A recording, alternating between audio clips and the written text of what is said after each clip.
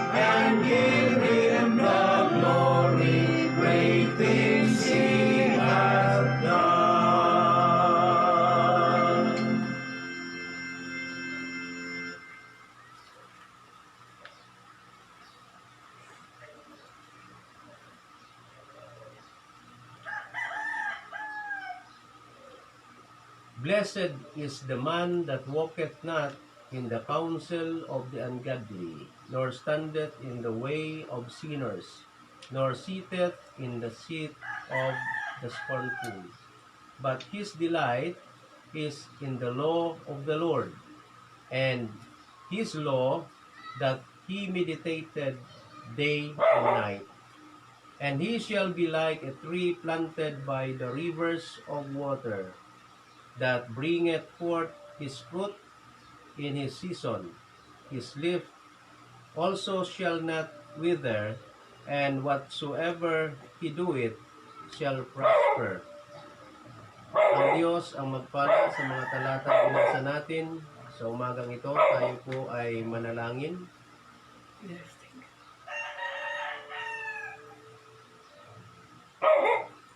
Dakilang Diyos, salamat po Panginoon sa iyong pong mga salita na amin pong natungayan sa umagang ito.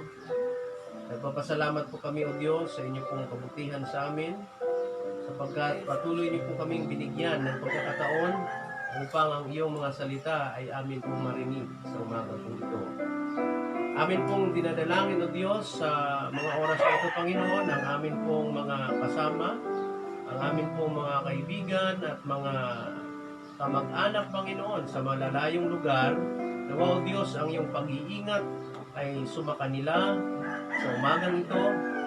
Habang sila, Panginoon, ay nakikinig ng mga salita po ninyo, sa umagang ito, O Diyos, naway inyo po silang abutin ng iyong mapagpalang kamay upang ang iyong mga salita ay kanila pong maunawaan sa kanilang mga puso. Ang iyong biyaya at pagpapalang Diyos naway sumagana sa amin sa umagang ito sa pangalan ng anak na si Jesus. Amen. Tayo po ay makakaupo na.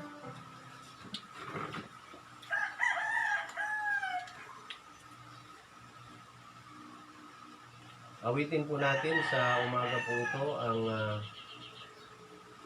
awitin na Blessed Assurance, Jesus is mine.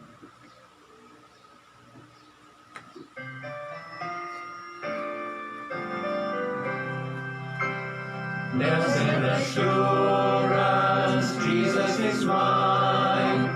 Oh, what a foretaste of glory divine. Here of salvation, purchased of God, born of His Spirit, washed in His blood. This is my story, this is my song, praising my Savior all the day long. This is my story, this is my song, praising my Savior all the day long. Perfect submission, perfect delight, visions of rapture now burst on my sight. Angels descending, bring from above, echoes of mercy, whispers of love. This is my story, this is my song, praising my Savior all the day long. This is my story, this is my song, praising my Savior all the day long. Perfect submission, all is at rest. I in my Savior am happy and blessed, watching and waiting, looking above, filled with His goodness, lost in His love. This is my story, this is my song, praising my Savior all the day long. This is my story, this is my song, praising my Savior all the day long.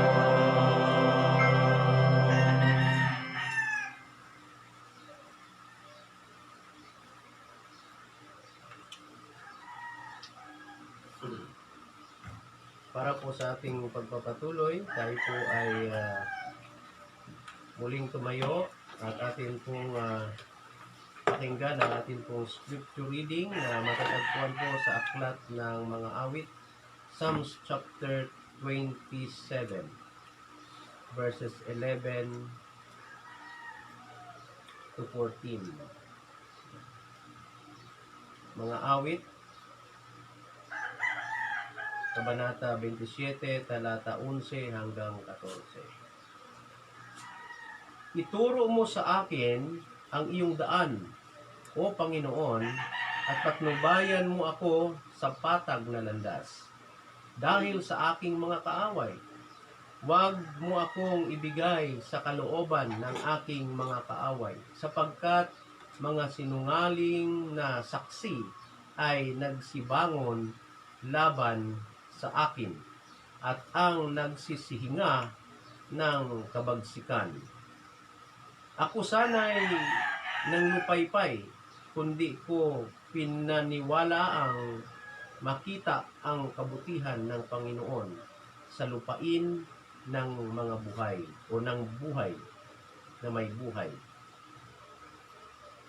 Mag-antay ka sa Panginoon, ikaw ay magpakalakas at magdalang tapang ang iyong puso.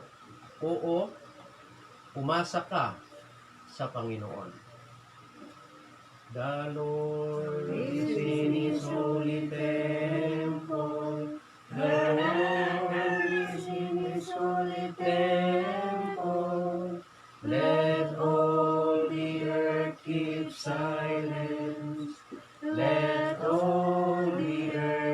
keep silence before Him.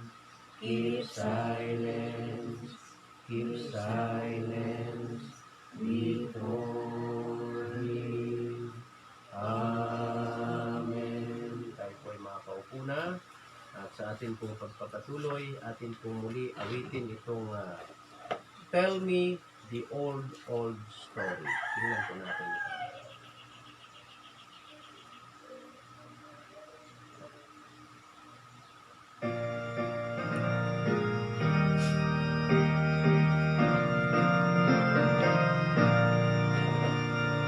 Tell me the old story of unseen things above, of Jesus and His glory, of Jesus and His love. Tell me the story simply as to a little child, for I am weak and weary and helpless and defiled. Tell me the old story. Tell me the old story. Tell me the old story of Jesus and His love. Tell me the old story that I may take believe that wonderful redemption that's redeeming foreseen. Tell me the story of them, for I forget so soon. The early dew of morning has passed away at noon. Tell me the old story. Tell me the old story. Tell me the old story of Jesus and His love. Tell me the same old story when you have cause to fear that His works empty glory is costing me to dare. Tell me the story always, if you would really be in any time of trouble, a comforter to me. Tell me the old story. Tell me the old story. Tell me the old story of Jesus and His love.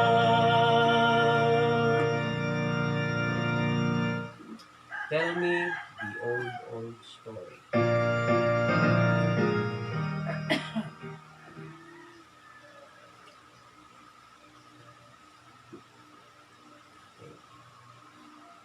Sa ating pong pagpapatuloy, tayo po ay dumako sa ating responsive reading.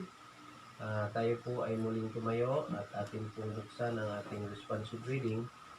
Dito po sa aklat ng Lucas 22, 11 hanggang 20.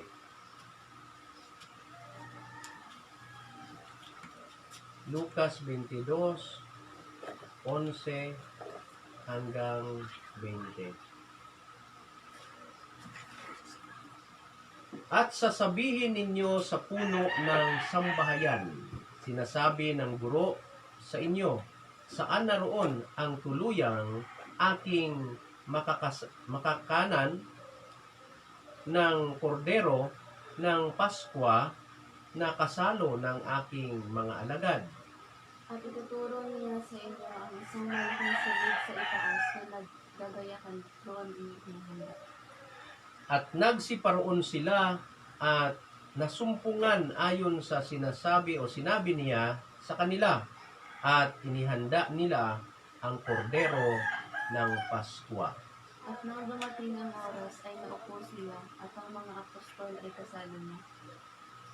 At sinabi niya sa kanila, pinakahahangad kong kanin na kasalo ninyo ang kordero ng Paskwang ito bago ako maghirap. Ang Diyos ang magpala sa mga talatang binasa natin sa umagang ito.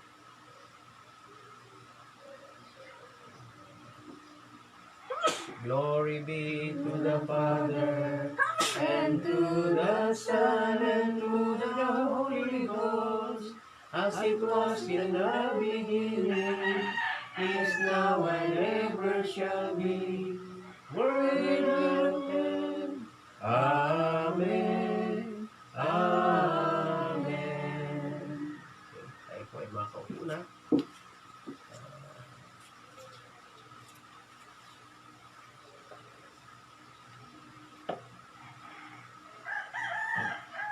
Para po sa ating announcement at saka greeting sa umaga po ito. Ang ating pong quarantine ay hindi pa po tapos at hanggang May 15, no? Pero may nabalitaan po kasi kami na ang ang checkpoints ay hanggang June pa. At hindi natin alam kung ang quarantine ay ma-extend pa ulit, no? So, ngayon ay binawi yung mga pagtitipon muli. Hindi pa rin pwedeng magkaroon ng mga panambahan ang mga karamihan sa mga simbahan sa ngayon. So, binawi po yun kaagad. Isang araw lang. Kaya ang atin po noong plano tungkol sa ating baptism ay hanggang ngayon ay hindi pa rin natin bibigyan ng schedule at hindi natin alam kung kailan may tutuloy ang gawain yon at kung handa pa rin itong candidates natin for baptism kasi nga ay hindi pa sila dumarating dahil nga sa lockdown na ito na atin pong nanasan. Nawa po ay sila ay patuloy na determinado sa kanilang desisyon sa ganon. At atin pong ipatuloy na hingin sa Diyos na mapagbigyan ang atin pong mga kahilingan sa Kanya. At naway ang panahon ngayon ay naway matapos na at kung mayroon mang pagkakataon pa tayo, no, ay mabigyan tayo ng Diyos ng pagkakataon para patuloy tayo sa kanyang mga gawain at sa ating mga gampanin. Ang atin pong video ay inilipat ko po sa aking account kasi marami sigurong hindi nakaalam ng Ubic Church, no? Nasa Ubic Church kasi dapat yung account natin para hindi iyon napupunta sa personal account ko. So, sa susunod, sa mga hindi nakaalam, ipaalam natin sa kanila na sa Ubic Church po sila tumingin. At marami pong hindi tumitingin at hindi po nanonood ng ating video sapagkat nung una, may mga nanonood. Nung bandang huli, alam na nila. Kaya hindi na sila masyadong nanonood ngayon. Kasi may pagkakaiba po yung ating pag-aaral ng salita ng Diyos doon po sa kanilang mga dating pinaniniwalaan at ganoon din dati ang ating pinaniniwalaan. Kaya atin pong patuloy na nililiwanag yon para sa kanila. Kasi may mga issue po sa pananampalataya sa Biblia na hindi po natin basta nasuri ng mabuti noong araw. At hanggang ngayon ay hindi rin nila maintindihan. At umaasa po sila na tama pa rin yung paniniwalang yon. Kaya niliwanag po natin yan nung nakaraang linggo. Kasama po yun sa ating sermon. Pero ang problema kapag hindi naman nila matapos ang sermon na yon, hindi naman nila mapakinggan ng mabuti at unawain. Kaya hindi pa rin nila maintindihan. Ang sikreto po ng pagkaunawa nito, kailangan sunod-sunod yung ating pakikinig. Kasi napakahirap po na bigla na lang makita at marinig natin na hindi natin nasundan kung ano ang pinagmulan ng mga pag-aaral nitong salita ng Diyos. Mayroon po tayo mga tatlong issue na nakita po dito. Una, yung tungkol sa bautismo. Pangalawa ay tungkol sa ah, kapatawaran ng kasalanan. Pangatlo, patungkol sa pagkamatay ng tao. Kasi ito talaga, yun yung pinag-uusapan namin kayo ng umaga, na halos lahat ay naniwala na nung namatay yung taong ito, ang kanyang kaluluwa, maaaring kaluluwa ang sinasabi nila, napunta na kaagad sa langit. Kaya dinidiscuss po namin ito sapagkat doon sa huli nating pag-aaral ng nakaraang linggo ay atin pong nahagip yung espiritu, kaluluwa, at katawan. Ngayon, kung may kulang pa rin po doon sa ating pagpapaliwanag, unti-unti po nating liliwanagin pa rin. Kasi ang Biblia ay nagsabi na sa Ecclesiastes yun, hindi ko nabigyan ng text kasi yun eh. Hindi ko nabigyan ng reference, pero binanggit ko yata ang Ecclesiastes doon. Na ang sabi ng Ecclesiastes, kapag namatay ang tao, ang kanyang espiritu ay babalik sa Diyos. Espiritu po yun. Ang tao kasi mayroong kaluluwa. Ang kaluluwang ito, yun ang mapupunta sa Abraham's bosom. Hindi po sa langit agad kapag namatay ang tao. Kasi nga, mayroong rapture na ating pinag-uusapan. Sabi ko nga kanina, kung ang kaluluwa ay nandoon na kaagad sa langit nung siya ay namatay, sinong babalikan dito ni Kristo para i-rapture ang mga taong ito? Ay wala na pala sila rito. So, yun ay hindi maunawa at hindi ko alam kung kanilang sinuri ang mga bagay na yan. Dahil nakalagay yan sa banal na kasulatan na babalik ang Panginoon upang i-rapture yung mga patay, sunod ang mga buhay. Eh sino bang i-rapture niya kung wala na pala rito itong mga patay na ito dahil nandoon na pala sa langit? So, yun ang hindi nila maintindihan. Maaring nagkabaliktad yan, sinasabi ko, bakit nagkaganon? Maaring ang sinasabi nila, ang espiritu na babalik sa Diyos, yun ang tinutukoy. O kaya ito ay naging reference nila, yung magnanakaw na nakabayubay doon sa cross na nandoon napunta sa langit. No? Pinangakuan ni Kristo na ngayon din isasama kita sa aking paraiso. Ipinaliwanag natin yan noong 7 last word. Pinaliwanag natin yon. Kaya kung hindi nila nasundan yan, ibig sabihin magugulong isip nila dito sa dulo sapagkat bigla na lang, bakit gano'n na? Yan. Hindi na napunta sila sa langit, hindi na doon sa Abraham's bosom kasi hindi nila nasundan yung umpisang pag-aaral. Kaya importante yung umpisahan yung pag-aaral, sunod-sunod para masundan nila at maunawaan. Parang nanood ka ng pelikula. Sige nga, manood ka ng pelikula, sa dulo na ang iyong panoorin, tingnan mo kung maintindihan mo yan. Hindi mo talaga maintindihan yun. Kaya nga, kailangan, sabi ko nga sa kanila, panoorin ninyo ng sunod-sunod para maunawaan ninyo yung ating pag-aaral. Kaya maraming hindi nanonood ngayon kasi nga hindi nga nila maintindihan at ito ay labag doon sa kanilang unang paniniwala na nakita nila noon. Ngayon, ganun din noon ang ating paniwala katulad din nila at nililiwanag nga natin ngayon. Hindi mahirap unawain yung sinasabi na babalikan ni Kristo ang mga patay para i-rapture. Ay ngayon, kung nandoon ang kaluluwa ng mga taong ito, sino ang i-rapture ni Kristo? Di wala. Ano ang ibig nilang sabihin? Si Kristo ay babalik mula doon sa langit hanggang sa alapaap. Kasama niya yung mga kaluluwa galing doon sa langit at bibigyan niya rito ng katawan dito sa lupa. Ay, mukhang hindi ganoon ang sinasabi ng Biblia. No? So, hindi na unawaan ito ng mga tao. Ang pag-asa ngayon ng mga anak ng Diyos, kung ang kanilang mga mahal sa buhay ay ligtas at napunta sa Abraham's bosom, sila ay makakasama at magkakasabay pa sila sa rapture day. Doon sila magkikita. No? Kapag ikaw ay naputan ng rapture, buhay ka. Ang iyong mahal sa buhay ay namatay na noon, pero anak ng Diyos siya. Aabutan mo siya sa alapaap. Magkikita kayo doon. Yan, di ba? Yun ang totoo. Nililiwanag po natin yon. Kasi tiningnan ko po yan. At ang simple yung sa atin lang dito, yung atin lang talagang mga viewers ay yung mga kasama rin natin dito sa panambahan. Eh, siyempre, kaunti lang naman tayo dito. Kasi nag-iba na tayo, no? Hindi na tayo katulad ng dati. Kaya talagang ano yan. So, marami na sa atin talagang wala, hindi natin kasama. Dahil nag-iba tayo eh. Hindi tayo katulad nung dati. Yun ang gusto kong liwanagin. At tinitingnan natin, kaya yung iba, nilagyan ko na ng mga verses para makita nila kung bakit nagkaganon. No? Katulad ng pag-akyat ng ating Panginoon doon sa langit.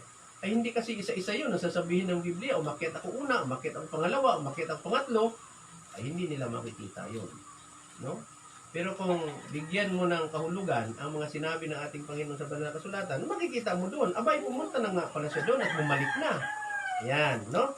So, isa po yun sa kailangan nating maipaliwanag sa ating pong mga viewers pagka sila po ay nanonood. Kailangan po nila para maunawaan talaga ito. Alam nyo, halos 2 taon ko itong sinuyod para maunawaan ko itong sinasabi ng Bibliyang ito. Hindi lang ako natapos doon sa BIT. Hindi ako natapos doon. 2 taon ako na sinaga ko siya. Hanggat nakarating ako ng Korea, nakahanap ng mga bagay-bagay na ito. No? So, matagal. At hindi lang isang iglap ito.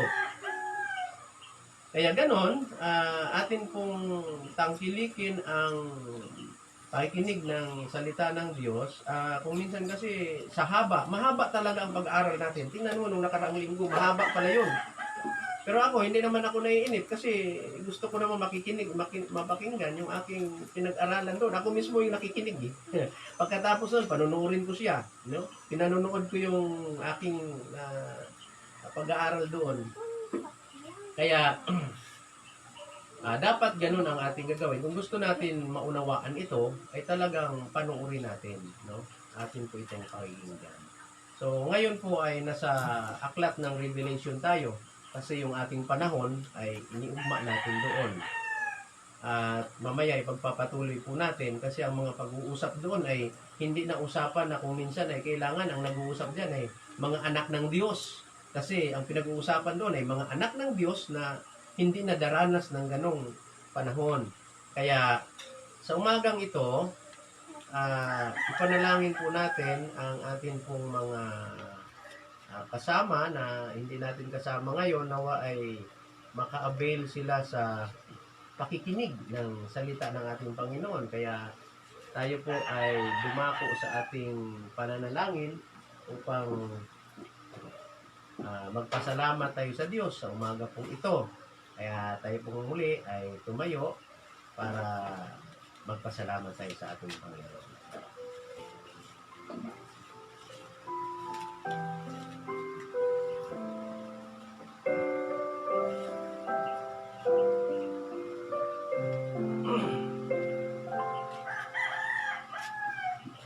Nagpapasalamat po kami dakilang Diyos sa umaga po ito sapagkat kayo po ay tunay na napakabuti sa lahat ng oras, lahat ng bagay, lahat ng panahon sa buhay ng mga mananampalataya na nagtitiwala sa iyo sa umagang ito.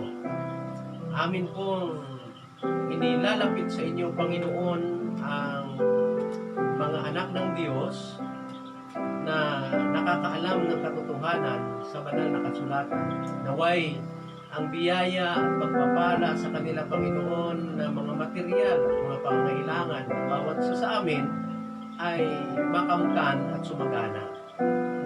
Bigyan niyo po kayo, Panginoon, ng direksyon ang bawat isa, Panginoon, sa pag-aaral ng iyong mga salita at sa amin pong buhay sa mundong ito na iyong ibinigay sa amin.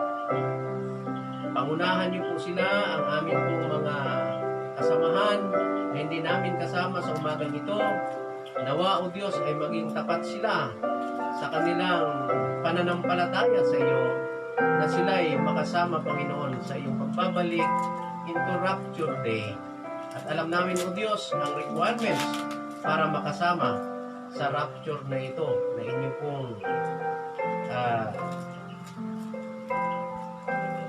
ipinamalas sa amin sa pamagitan ng iyong mga salita. Amin pong sinasama, Panginoon, sa umaga pong ito ang pamilya po ng aming Sister Mila na hindi po namin nakakasama sa mga gawain po ito dahil sa mga bagay na dahilan upang kami o Diyos ay hindi makasama sa mga gawain. Alam po namin, Panginoon, na ito po ay kasama sa inyong mga plano sa bawat tao. Kaya nagpapasalamat po kami sapagkat sa kabila noon, Panginoon, may pag-asa pa rin na patuloy po naming marinig ang iyong mga salita sa pamamagitan nitong mga kapamaraanan na ang iyong mga salita ay marinig sa ngayong panahon kahit malayo ang isa't isa. Ganon din, Panginoon, ang amin pong Sister Ami sa kanya pong pamilya at sa kanyang mga kasama sa tahanan, Panginoon, naway magkaroon ng pagkaunawa ang bawat isa sa kanila sa iyong mga salita at bigyan mo po ng pagkakataon na makasama po sila sa mga gawain. Amin pong dinadalangin ang amin pong mga kaibigan, kamag-anak, mga kakilala o Diyos, at mga anak po ninyo, Panginoon, na kasama po namin sa mga gawain pong ito, na inyo pong patuloy na ingatan at ipagkaloob ang bawat pangangailangan. Ganon din, O Diyos, sina Shane sa kanila pong pamumuhay doon sa kanilang lugar. Naway pagpatuloy po sila, O Diyos, sa pakikinig ng iyong mga salita sa umagang ito. Naway bigyan niyo po sila ng kanilang mga pangangailangan sa araw-araw. At ikaw, O Diyos, ang siyang mag-iingat sa bawat isa sa amin. Sa umagang ito, Panginoon, kami po ay nagpapasalamat sa iyo sapagkat patuloy po kayong mabuti sa bawat isa. Ang iyong biyaya, O Diyos, sumagana nawa sa amin, sa lugar na ito, sa pangalan ng anak na si Jesus. Amen. Thank you, Lord, for saving my soul. Thank you, Lord, for making me whole. Thank you, Lord, for giving to me thy great salvation so rich and free. Tayo po ay makakaupo na.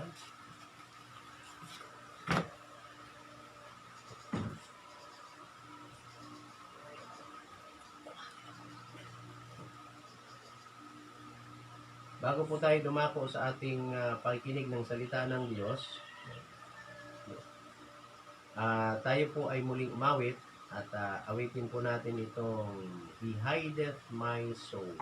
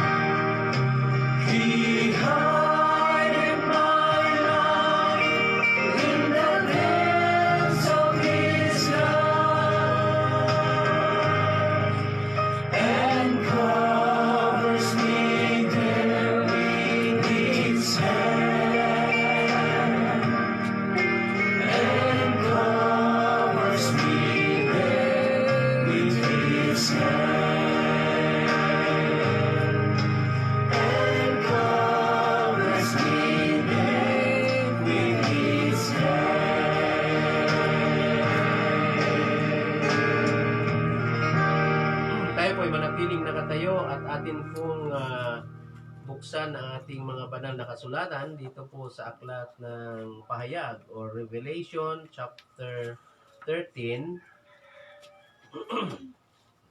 verses 11 to 15. Ito po ay pagpapatuloy ng ating pag-aaral sa aklat po ng Pahayag at atin pong babasahin ito ngayon sa umagang ito, ang mga talatang ito. Sundan po ninyo ako sa pamagitan ng inyong mga mata sa pagbabasa. Revelation chapter 13 verses 11 to 15. At nakita ko ang ibang hayop na umaahon sa lupa at may dalawang sungay na katulad ng sa isang kordero at siya'y nagsasalitang gaya ng dragon. At kanyang isinasagawa ang buong kapamahalaan ng unang hayop sa kanyang paningin at pinasasamba niya ang lupa at ang nangananahan dito sa lupa o sa unang hayop na gumaling ang sugat na ikamamatay. At siya'y gumagawa ng mga dakilang tanda na anupat nakapagpapababa ng kahit apoy mula sa langit hanggang sa lupa sa paningin ng mga tao. At nadadaya niya ang mga nananahan sa lupa dahil sa mga tanda na sa kanya'y ipinagkaloob na magawa sa paningin ng hayop, na sinasabi sa mga nananahan sa lupa na dapat silang gumawa ng isang larawan ng hayop na mayroon ng sugat at ng tabak at nabuhay.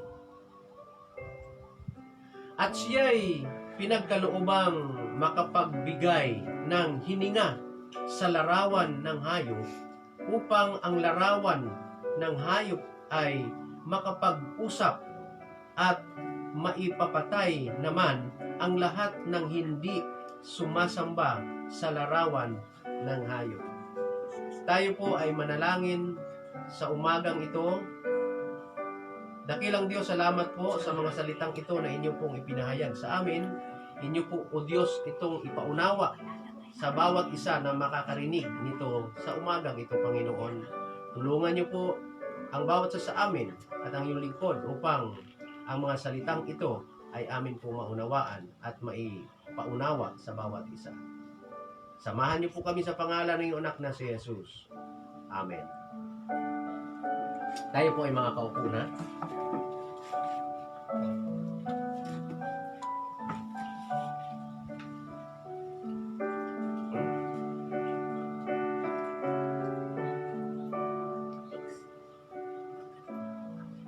Ang aklat po ng Pahayag. Ayon po sa aking nabasa, hindi po ito basta pinag-aaralan ng mga anak ng Diyos kung minsan, at bihira po ang nag-aaral ng aklat ng Pahayag. Hindi po basta ito ginagawang sermon. At bihira akong nakakarinig na ito po ay pag-aaralan. Hindi ko alam kung ano ang dahilan ng bawat isa, kaya medyo malayo pa siya sa dulo siya kasi ng banal na kasulatan. Pero ang aklat po ng Pahayag, isa sa mga dahilan ayon sa aking nabasa ay iniiwasan halos itong maituro dahil kinukontrol ng kalaban ng Diyos ang pagtuturo nitong aklat ng Pahayag. Dahil dito sa aklat ng Pahayag, makikita po natin kung papaano si Satanas natalo ng Diyos. Ay ayaw niyang makita yung pagkatalo niya rito. Kaya ito ay hindi basta itinuturo para hindi makita ang kanyang pagkatalo. Kasi si Satanas, pag pinag-aralan natin ito, itatapon siya sa bottomless pit at mapaparusahan siya ng Diyos. Kung hindi natin pag-aralan ito, hindi natin nakita na, ay, natalo nga siya. Maikukulong pala siya. Ikukulong po siya ng 1,000 taon. Kaya kapag atin po itong sunod-sunod na pag-aaralan, makikita po natin kung ano ang kanyang kahihinatnan. Ay yun po ang dahilan kung bakit hindi po ito basta napapag-aralan. Nakokontrol po sila, no? Ayaw po na ipahayag ito. Kasi para hindi makita ang kanyang pagkatalo. Dito po, natapos na po natin yung 1 to 10 na pinag-aralan po natin nakaraan. Nakita po natin na mayroon pa pong 3.5 taon na ibinigay upang mamuno itong Antikristo ayon sa banal na kasulatan. Tingnan po natin yung 11, sabi niya rito. At nakita ko ang ibang hayop. Atin pong kunin yung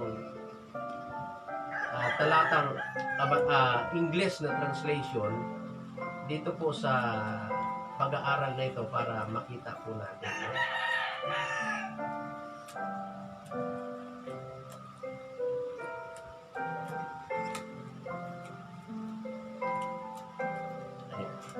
Kunin po natin yung translation niya sa English. Ang sabi po niya rito, and I beheld another beast, no? Another beast coming up out of the earth. Pag atin po kasing binasa dito, at nakita ko ang ibang hayop. Pag sinabi natin yung ibang hayop, marami po ito eh. Pag sinabi mong ibang hayop. Pero pag bumalik tayo doon sa English, ang sabi niya, another. No? Another. Ibig sabihin, isa. And I beheld another beast, isa pa, no? Coming up out of the earth, and he had 2 horns like a lamb. Katulad po ng kordero. Sabi niya, mayroon siyang 2 sungay na katulad ng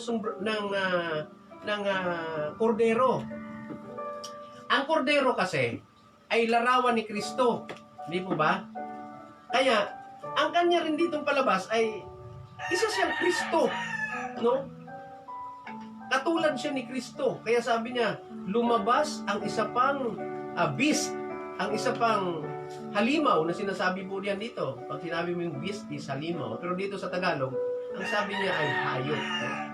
Okay, tingnan natin yan. At nakita ko ang ibang hayop na umaahon sa lupa. Ibig sabihin po, mayroon po siyang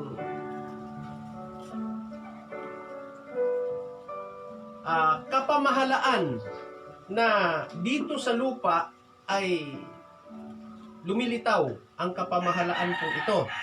Kaya po mayroon po siyang 2 sungay. Yung 2 sungay na ito ay nakalagay, sabi nga natin kanina, ano ba yung 2 sungay? Ito ang 2 flag. 2 flag. Diba? Dito sa mundong ito, maraming flag. Pero darating ang panahon, isang flag na lang ang gagawin. Kasi, one world government. Isang flag lang. Wala nang flag ng Pilipinas, wala nang flag ng Amerika, wala nang flag ng kung ano-ano pang mga bansa. So, iisahin ang flag. Kaya nga, may 2 sungay dito eh. Ano naman yung isa? Mayroon pang isang flag. Sa bawat simbahan, may mga flag po na nilagay. Identity po nila yon. Sa dami ng mga simbahan na nakarehistro, iba-iba rin yung flag na nandoon. Sa bandang huli, isa na lang ang flag. Isa na lang ang simbahan. Yan tinatawag natin one world church. No? Isang pamahalaan sa buong mundo at isang simbahan sa buong mundo. Kaya 2 flag. Ito ang ibig niyang sabihin na mayroong 2 sungay ang katulad ng isang kordero, dalam. So, ang Antikristo, dala-dala niya ang flag ng mundo at ang flag ng kanyang simbahan.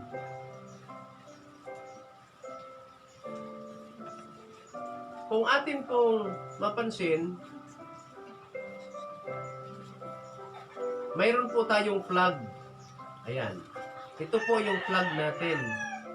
Dinesign ko po ito. Makikita po natin yan dyan. Tayo lumabas. No? Nakalagay po yan doon sa ating Facebook account. Matagal, no? Kasi nakapicture siya eh. Yan. Yan po yung flag natin. Kaya ang bawat simbahan po, kasi ito isang organisasyon na nakarehistro sa gobyerno, may mga flag din po sila. Nire-require po yon, may flag. Iba pa yung flag ng Pilipinas. Iba naman yung flag ng simbahan. Kaya dalawa po yung flag. Wala, hindi po tayo nakabitin dyan ng flag. Kaya gumawa po ako. Kasi mayroon po tayong identity. Ito yung flag natin. Bakit ito? Ito po ay isang rainbow. Ang rainbow po ay simbolo ng pangako ng Diyos. At ang flag pong ito, makikita ba, ito po mga bituin na ito, 7 po ito. Mayroon pong bituin na 7 sa banal na kasulatan, sa Revelation. Kaya kung nagbabasa tayo ng Revelation, makita natin, ito pala yung 7 stars. No? Yan, 7 stars. And 7 spirits of God. Meron din pong 7 churches. Kaya kinuha natin 7 stars. Ang atin pong flag ay meron pong pangako ng Diyos at mayroong espiritu ng Diyos. The 7 stars and the 7 and the rainbow, no? The promise of God. Ito po siya. Kaya ipapagawa po natin ito. Sa bandang huli po, wala na pong ganyan.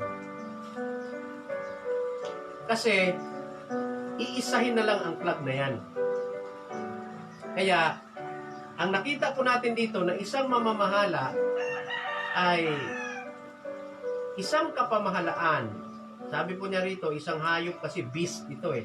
This is Antichrist na ang kanya pong deklarasyon, iisahin ang pamahalaan, kaya isa ang flag, at isahin ang simbahan, kaya dalawang sungay yung nandoon. Ito po ay isang kordero. Kung tingnan, no? At siya ay nagsasalitang gaya ng dragon. No? Ano po ba yung dragon? Ito po, kung ating makikita, yung sinasabi ng banal na kasulatang ito, ay nandito po siya. Ang dragon na sinasabi sa Revelations chapter 12. Kung ating buksan ang Revelations chapter 12, ano po ba ang dragon na sinasabi po dito? Babasahin ko po ito. Revelations chapter 12 verse 9. Yan. Ito. Medyo okay. Babasahin ko po sa Tagalog. At inihagis ang malaking dragon, ang matandang ahas, ang tinatawag na Diablo, at Satanas, ang dumadaya sa buong sanglibutan. Siya'y inihagis sa lupa at ang kanyang mga anghel ay inihagis na kasama niya. Yan. So, sino po yung dragon? Sabi niya, parang dragon pag nagsasalita. Yun po ang dragon na sinasabi dito sa banal na kasulatan. Siya po ang matandang ahas, siya po ang Diablo at si Satanas. Dito po yun. Ito po siya. At siya'y nagsasalitang gaya ng dragon. Yan. Yun po ang mangyayari sa darating na panahon na kapag ang mga anak ng Diyos ay inalis na ng Diyos dito sa lupa. May akyat na niya doon sa langit. Kaya ang ating pag-asa ngayon, ang lahat ng mga nagsasabing anak ng Diyos, kailangan kasama sa rapture day. Kasi yun lang ang pag-asa natin eh. Yun lang ang pag-asa natin. Huwag natin sasabihin na, nauna siyang namatay. Okay na siya kasi nauna na siyang namatay. Ang tanong, yun bang namatay na yan makasama sa rapture? Ira-rapture pa rin eh. So kailangan, kapag namatay ang isang tao, kailangan siya ay ligtas. Kailangan siya ay anak ng Diyos.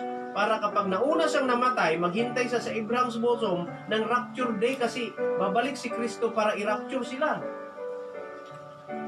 Kaya itong sinasabi nga natin na hindi sila napunta sa langit kaagad. Kasi nandun sila sa Abraham's bosom. At sila yung babalikan ni Kristo sa alapaap para bigyan sila ng katawan. Bigyan sila ng katawan. Yung mga nakahimlay na kaluluwa doon sa Abraham's bosom ay bibigyan ni Kristo ng katawan na hindi nasisira. Kaya, paano kung nandoon na itong mga kaluwang ito sa langit? Sino ang bibigyan niya ni Kristo ng katawang hindi nasisira? Di wala. So, hindi ngayon matutupad ang sinasabi ng banal na kasulatan na unahin muna ang mga patay, sunod ang mga buhay kay Kristo. Eh, sino ang mga patay na kanyang kukunin kung wala na pala sila rito, dahil nandun na pala sila sa langit? Yun ang sinasabi ko po kanina, na si Kristo ba, pagbaba niya sa rapture day, kasama niya yung mga kaluluwa na nandoon sa langit na napunta at lalagyan niya ng katawan dito sa lupa at ibabalik niya uli doon? Ay, parang hindi practical ang ating Diyos. Pagka nagkaganyan, di ba? Andun na sila sa langit, bababa sila dito sa lupa, lagyan sila ng katawan, pagkatapos iakyat. Doon sila po naghihintay sa Abraham's bosom. Kaya,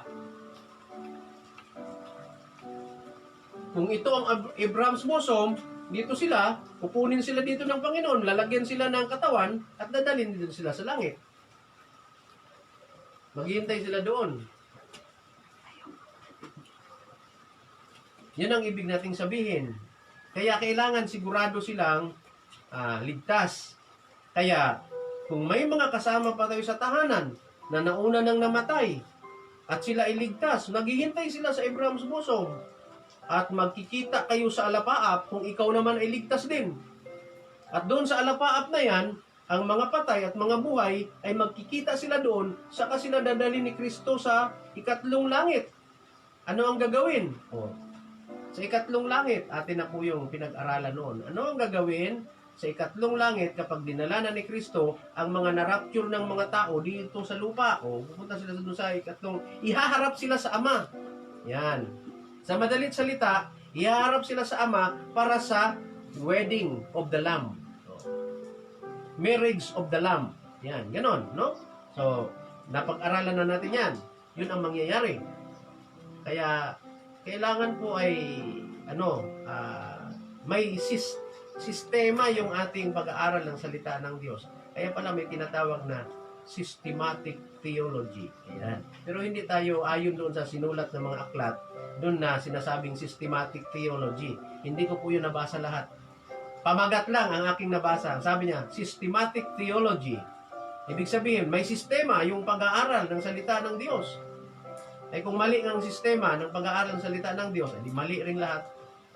Di ba? Ngayon, ang ating pag-aaral ng salita ng Diyos ay may sistema din at doon maliwanag ang sinasabi ng ating Panginoon.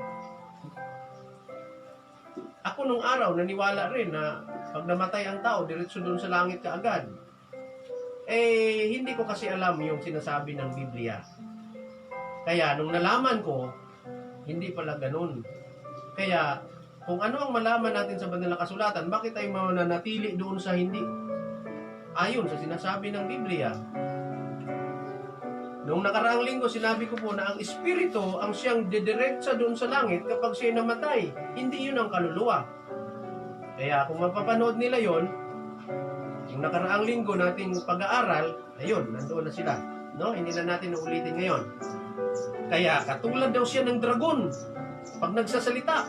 Ibig sabihin talagang makapangyarihan ang kanyang salita dito sa lupa kasi siya na ang hari dito sa lupang ito.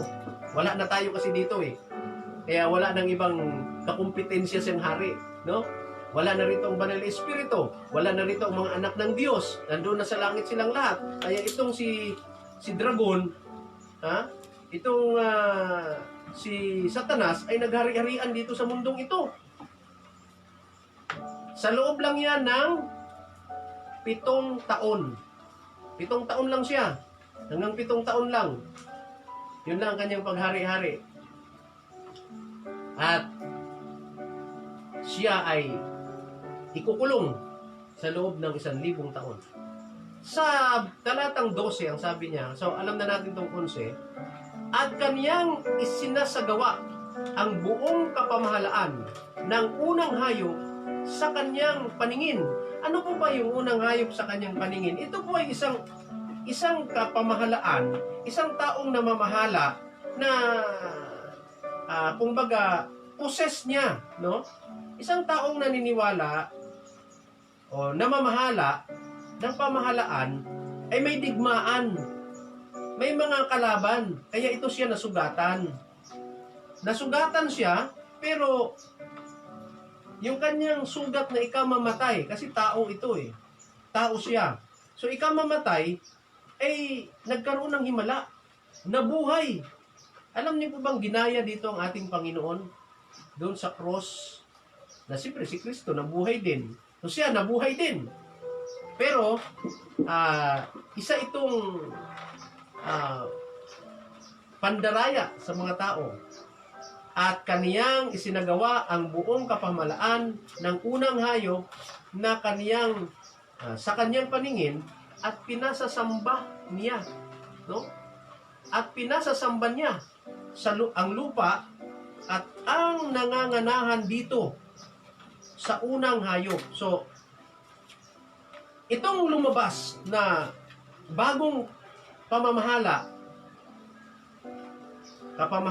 ng buong mundo, kapamahalaan ng buong kasimbahanan, siya po ang mangunguna noon at pinagagawa niya na ito ng isang paniniwala doon sa isang namatay. At kaya mamamatay na hayop pero nabuhay itong nangungunang ito. Tao po yun. Hindi po siya talagang hayop, kundi tao. At ano ang sabi niya? At pinasasamba niya ang lupa at ang nangananahan dito sa unang hayop.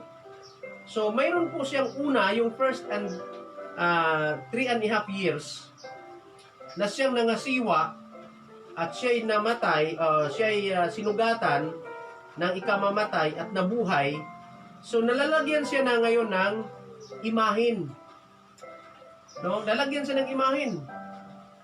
At doon sila sasamba. Kaya sabi niya, at pinasasamba niya ang lupa at ang nangananahan dito sa unang hayop na gumaling ang sugat na ikamamatay. So, ano ang kanyang utos? Dahil siya na ngayon ay nakaupo na sa trono. Umupo na siya. Naghari na siya dito. Ang utos niya, isang gobyerno, isang simbahan, at ang ating sasambahin ay ito. So, naglagay siya ngayon ng larawan ng hayop na mayroong sugat na ikamamatay at doon sila lahat sasamba. Nakita po natin yung nangyari kay Daniel. Na si Daniel at ang kanyang mga kasama ay inutusan na sumamba sila sa hayop. Pagtunog ng kampana, lahat ng tao sa lugar na yon sa Babylonia ay yuyukod. At ang hindi yuyukod ay itatapon sa lumalagablab na apoy. Doon sa pugon. Iuhulog nila doon sa pugon. Kapag hindi sumamba ang taong ito, doon sa kanilang imahin na ginawa, ay itatapon sila doon sa pugon. Ay ito si Daniel at ang kanyang mga kasama, sapagkat sila ay mga lingkod ng Diyos, hindi nila ginawa yun. Hindi nila ginawa na sumamba doon sa larawan na pinasasamba sa kanila. Pagtunog nito, sabi niya, kailangan yukod kayong lahat. Di ba, nung araw, pag tumunog yung kampana, nakaganon lahat ng tao, hanggat narinig nila yon, alas 6 ng hapon. Hindi ko alam sa umaga kung mayroon din. Pero ito yung mga larawan na susundin yan sa bandang huli. Ngayon, sabi niya, yuyukod silang lahat dito sa hayop. Kaya si Daniel, pagtunog ng oras na yon, doon sa malaking ribulto na yan, na ginawa nila sa Babylonia, lahat sila ay yuyukod. Lahat sila ay magdadasal doon sa ano na yan, sa malaking hayop na rebulto na ginawa nila. Yung tatlo ay hindi sumunod. Kaya, ihahagis kayo sa, saan? Doon sa pugon na pinainit ng mas mainit pa kaysa dati. At doon sila ihahagis. Hinagis sila doon. Alam natin ang kwento. Hinagis si Daniel at ang kanyang mga kaibigan sa pugon. At sabi ng hari, alam niyo yung naghagis sa kanya? Pati yung naghagis sa kanya nasama doon. Sa init, sa sobrang init. Sa itaas sila Sa ibaba yung pugon. Paghagis nila ng ganyan, nasama ng nahulog itong mga naghagis dahil sa init ng pugon. So, nung nakita nila na nandoon na sa loob ng pugon, aba, mayroon sila doon na nakita na sa halip na 3, 4. Ay, 3 lang ikang hinulog natin bakit 4 sila doon na gumagalaw? Lumalakad-lakad doon sa apoy. Hindi sila nasusunog. Si Daniel, nung inihulog doon sa pugon, hindi sila nasunog. Kaya, sabi ng hari, iahon niyo yan. Iahon niyo. So, pinaahon niya sina Daniel. Sapagkat, ang kasama ni Daniel, doon sa pugon, ay ang Panginoon. Kaya, ang taong ligtas, kahit pa siya pumunta ng impyerno, hindi siya maaano. Hindi siya masusunog. Kahit mangaral pa siya sa impyerno, hindi siya masusunog. Si Kristo nagpunta doon, pinangaralan niya. Kaya, sabi niya, kailangan sila'y sumamba. Ito yung mga maiiwan. Wala pong pag-asa yung maiwan sa rapture. Kaya tiyakin natin na makasama talaga sa rapture ang buong pamilya, ang lahat ng gusto mong makasama, kailangan malaman nila ang totoo. Ang lupa at ang nanananahan dito sa unang hayop na gumaling ang sugat na ikamamatay, gusto nilang sumamba doon. Kaya lahat po ng maiwan ay hindi po maliligtas. Ano ang sabi niya sa 13? At siya'y gumagawa ng mga dakilang tanda na ano pa nakapagpapababa ng kahit apoy mula sa langit hanggang sa lupa sa paningin ng mga tao. Tingnan mo itong ano na to. Itong Antikristo. Kaya niya magpababa ng apoy mula sa langit papunta dito sa lupa. Kaya maniwala nga talaga kasi makapangyarihan. Tayong mga anak ng Diyos, hindi tayo doon nakatingin sa minsan nakita natin, pinatungan ng kamay, gumaling na, dito na ako. Hindi po ganon kasi itong Antikristong ito kahit apoy sa langit, pwede niyang pababain dito sa lupa, makapaniwala lang yung mga tao.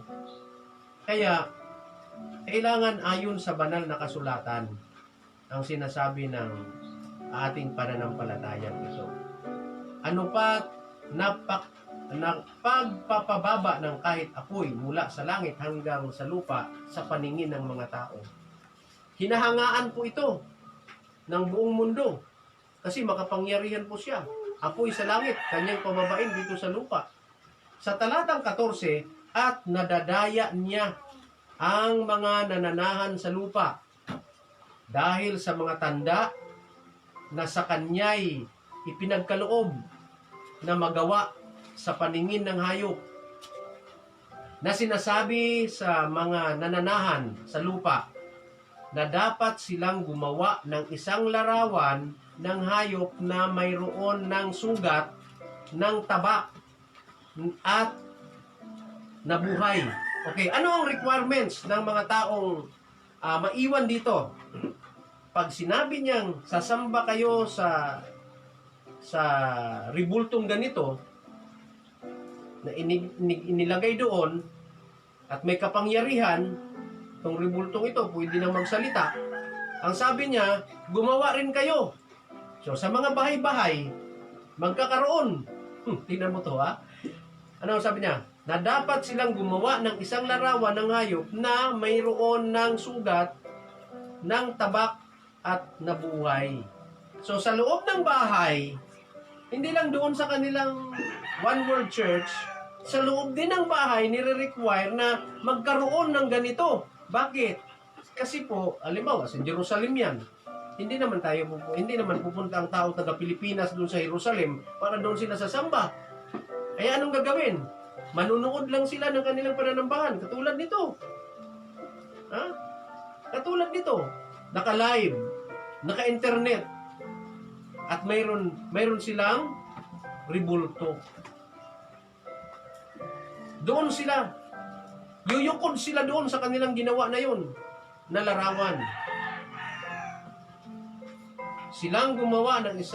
Dapat silang gumawa ng isang larawan ng hayop na mayroon ng sugat, ng tabak at nabuhay. Kaya sa lahat ng tahanan, may requirement sila. Doon. Kaya ano ang tahanan? Magkaroon sila ng altar dyan. Di ba? May altar, pagkatapos mayroon doong larawan. Oh. Ngayon, pinapractice na ngayon yan. May mga larawan-larawan na rin eh. Sa bandang huli, i-require yun ng Antichrist na mayroong larawan na ilagay dyan. At doon kayo sasamba, naka-internet kayo. Yan, yung ibig sabihin, sa mga taong maiwan dito sa lupa, ganun ang magiging kalagayan nila. Naka-internet, sumasamba doon sa larawan, manunood at makikinig sila dyan. Yan. Nagsasalita siya. At ang kanyang salita ay makapangyarihan. Authoritative. No? Walang sasalungat. Talagang gagawin. Ganon siya kakapangyarihan sa lupang ito. Bakit niya nagagawa yon? Kasi wala na po dito ang banal na Espiritu. Tandaan po natin, pagdating ng rapture day, ang Espiritu ng Diyos, ang banal na Espiritu, aakyat na rin doon sa langit. Kaya yung mga may iwan ditong tao, walang banal na Espiritu na nandito. Ang Espiritu na nandito na maiwan ay itong Espiritu ng Antikristo. Wala silang magawa. Lahat ng maiwan sa rapture, magkakaroon ng tatak. Yun ang sinasabi nga natin. Magkakaroon ng tatak yun. Hindi nila pwedeng pigilin yun.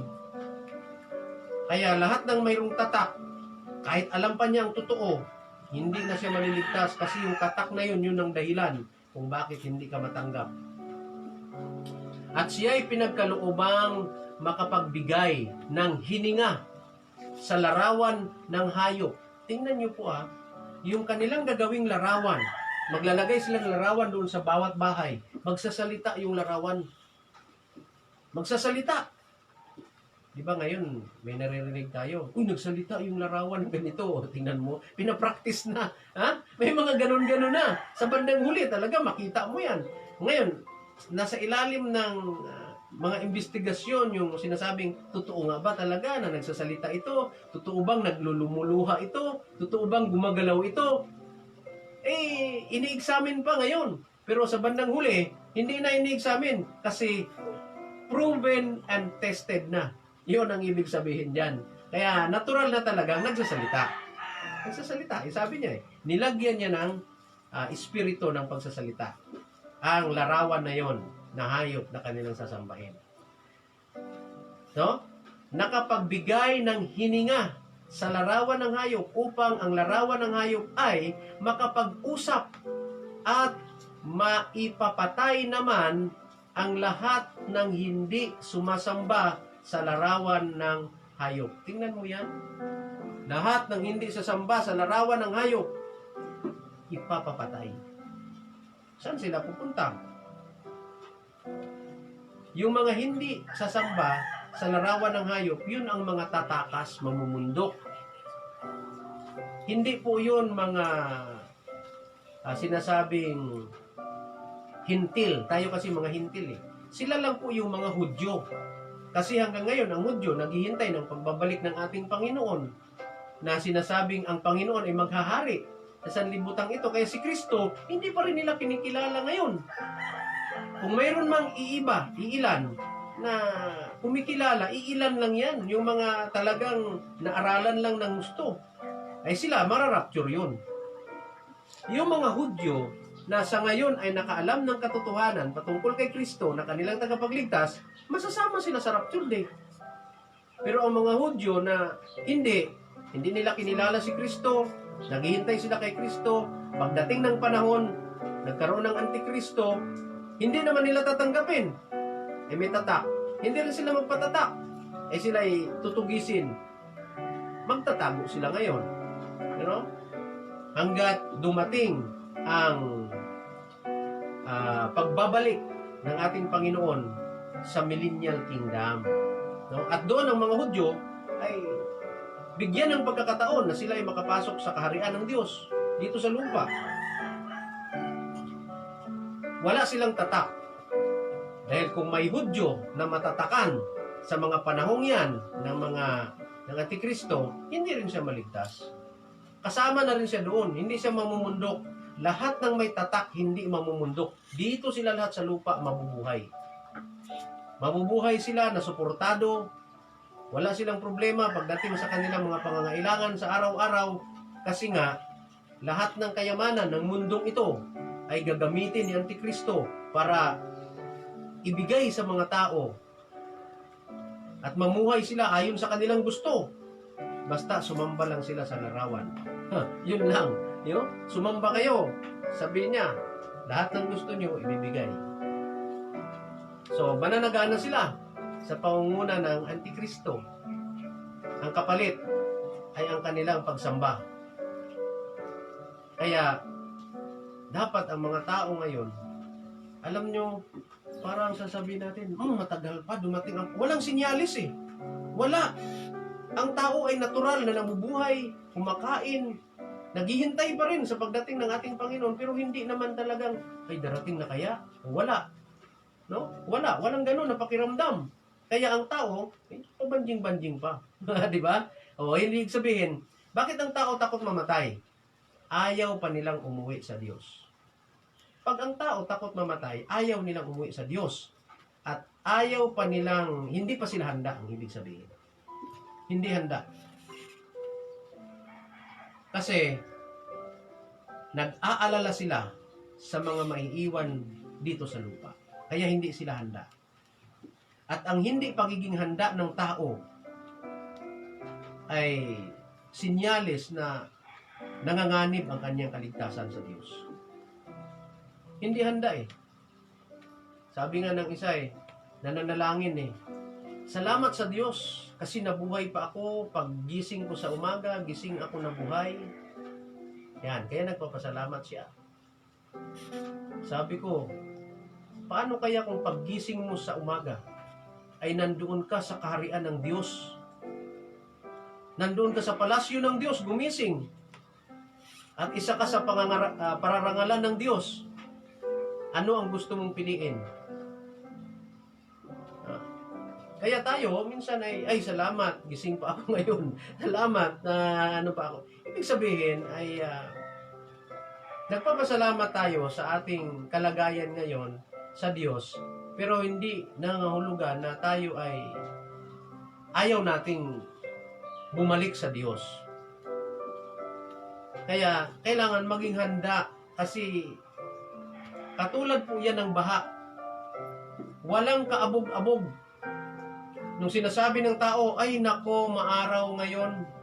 Si Noah, nasisiraan ng pag-iisip yan.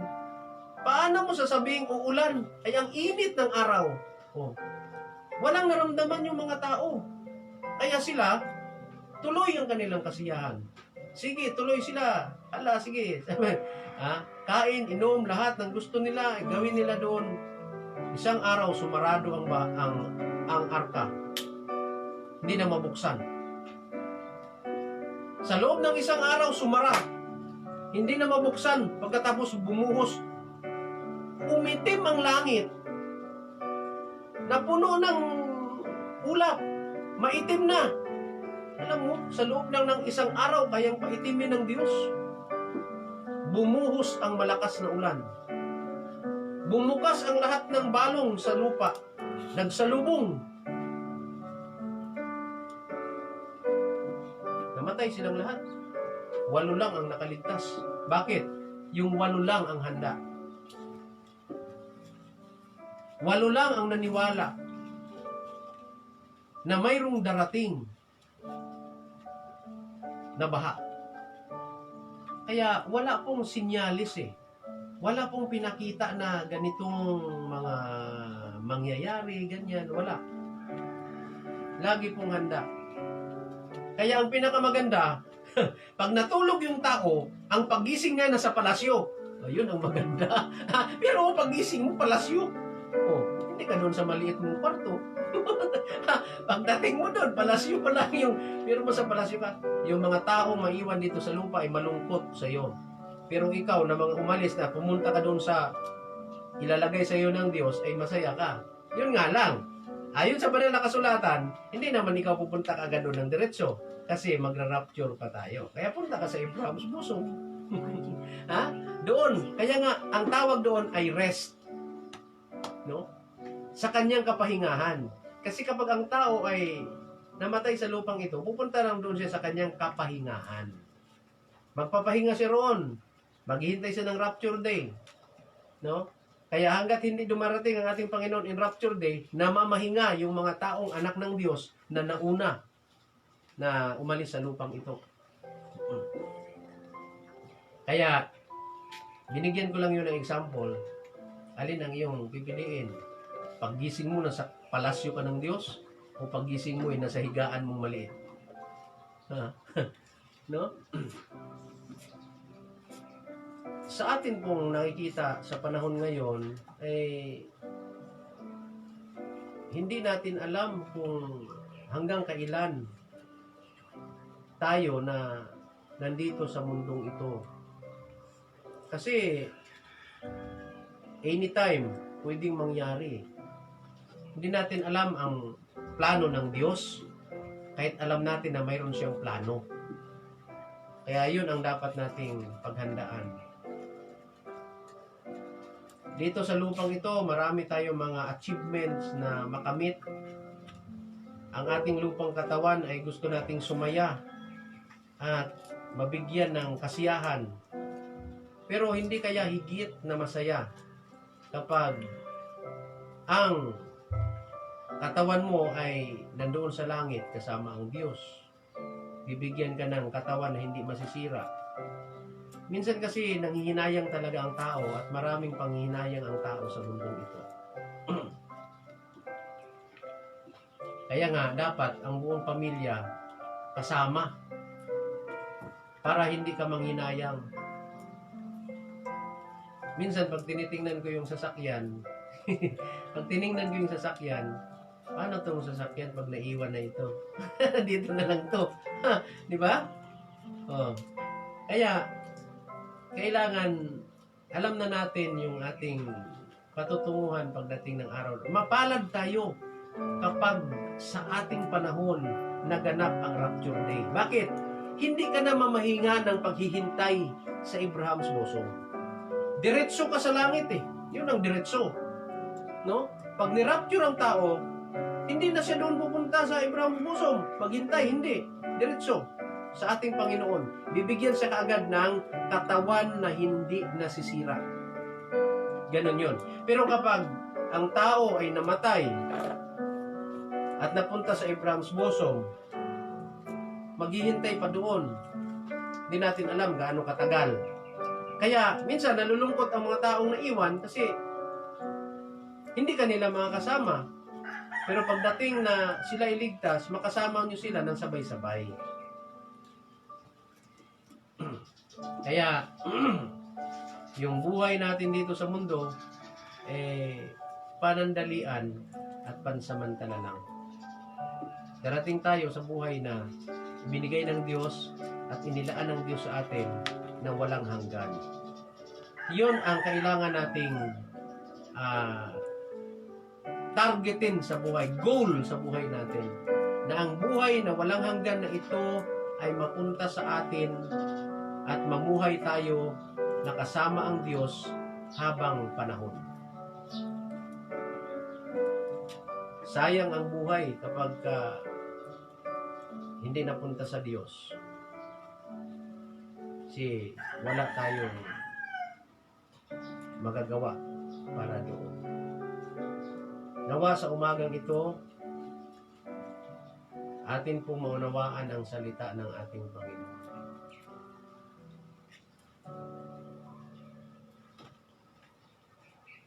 Tayo po ay manalangin.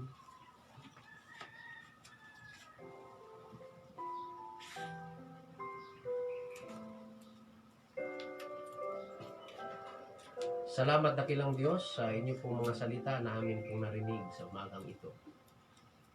Nawa o Diyos ay maunawaan po namin ang iyong mga plano sa buhay namin, Panginoon.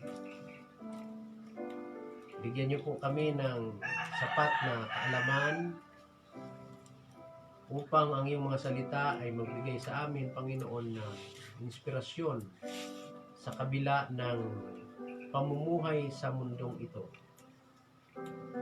Napansamantala po ninyong ipinihiram sa amin ang lugar at panahon para maranasan ng bawat isa ang pamumuhay sa lupang ito. Pagpalain mo, Diyos, ang bawat isa sa amin sa pagkinig ng iyong mga salita. Balik niyo po kami, Panginoon, sa nawa sa pag-aaral na ito sa susunod pang mga linggo. Sa pangalan ng anak na si Jesus. Amen. Tayo po ay dumako sa ating tithes and thanksgiving.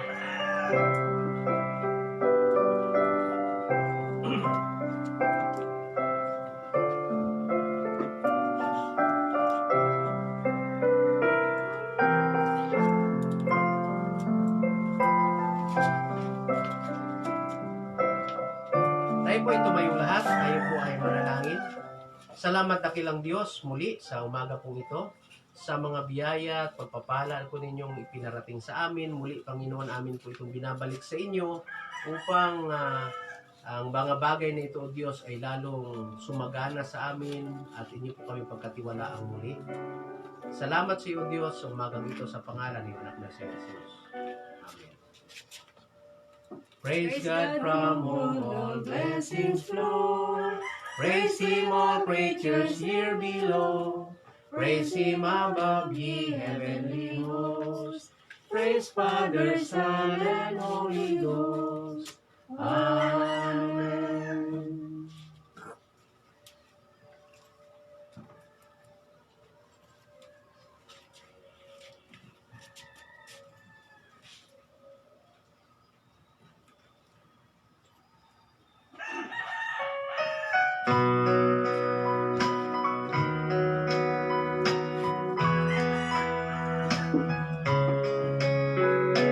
Tayo po'y makaupo na.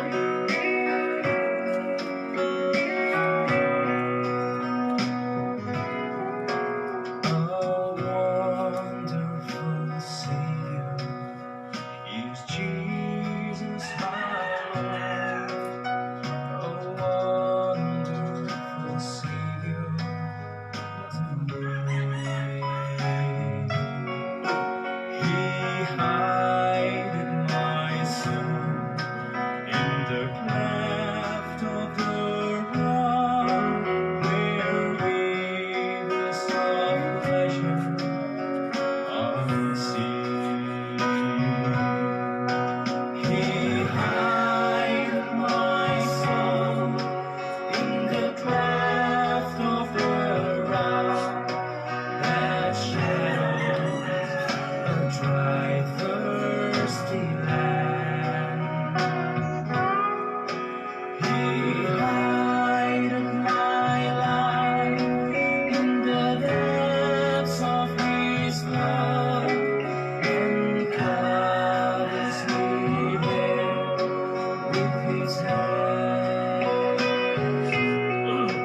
and covers me there with His hand.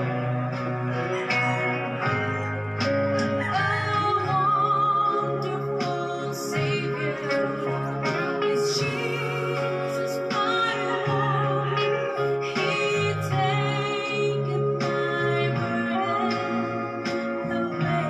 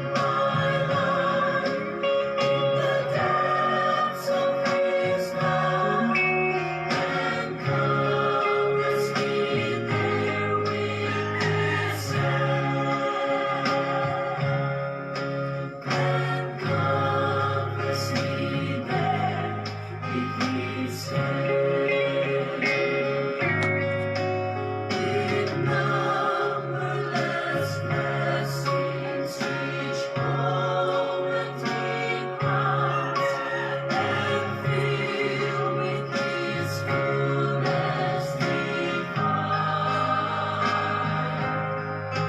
I sing in my rapture, all glory to God, for such a Redeemer has come. Delight my soul in the cleft of the rock, that shadows and dry thirsty land.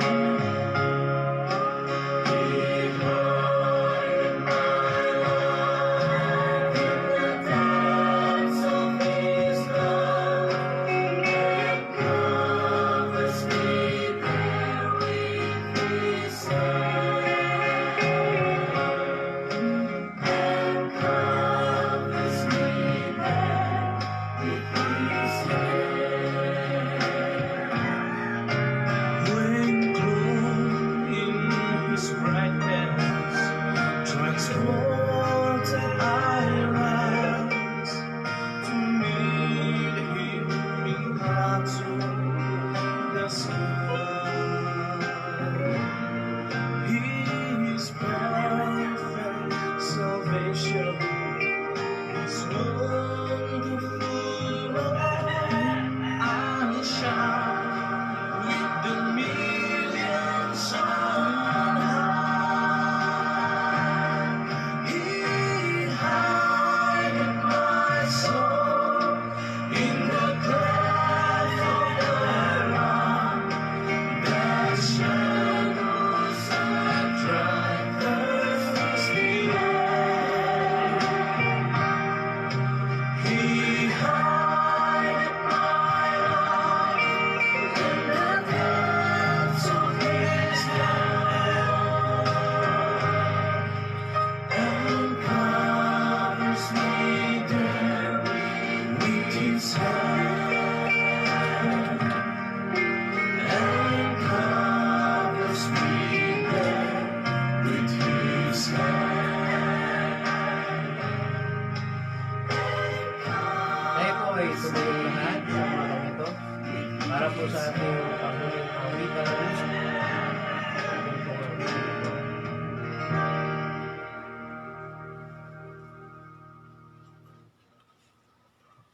Awitin po natin itong Tell Me the Story of Jesus.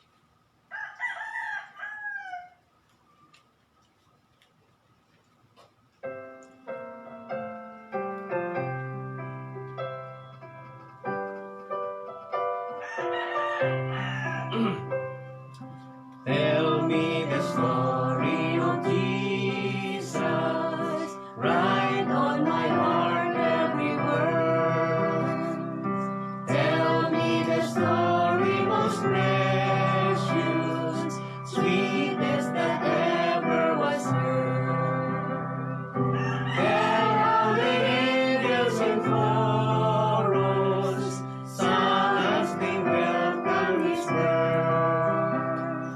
Glory to God in the highest, peace and good tidings to earth. Tell me the story of Jesus, write on my heart every word. Tell me the story most precious, sweetest that ever was heard. Fasting alone in the desert, tell of the days that are past. How for our sins He was tempted, yet was triumphant at last. Tell of the years of His labor, tell of the sorrow He bore. He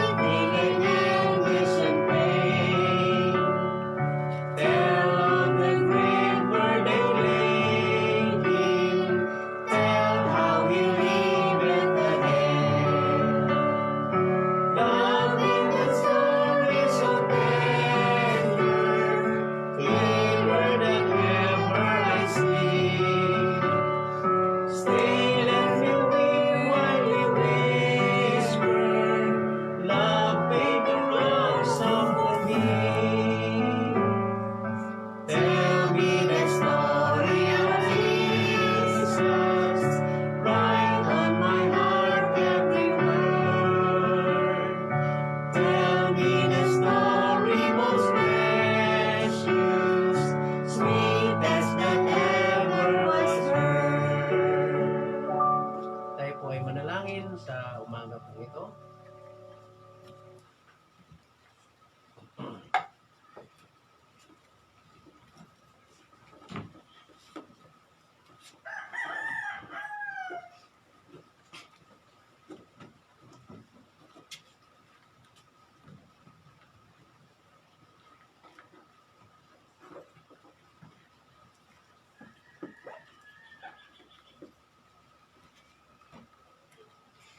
Salamat dakilang Diyos sa inyo pong mga salita na amin pong napakinggan sa umagang ito, Panginoon.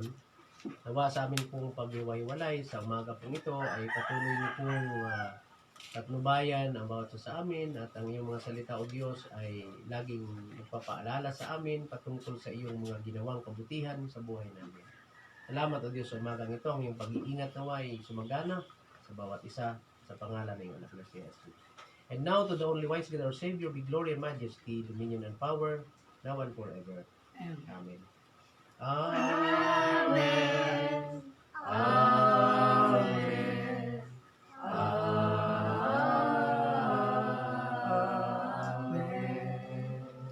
Magandang tanghali po. O, panyo mo matiksan na ako. Harapan mo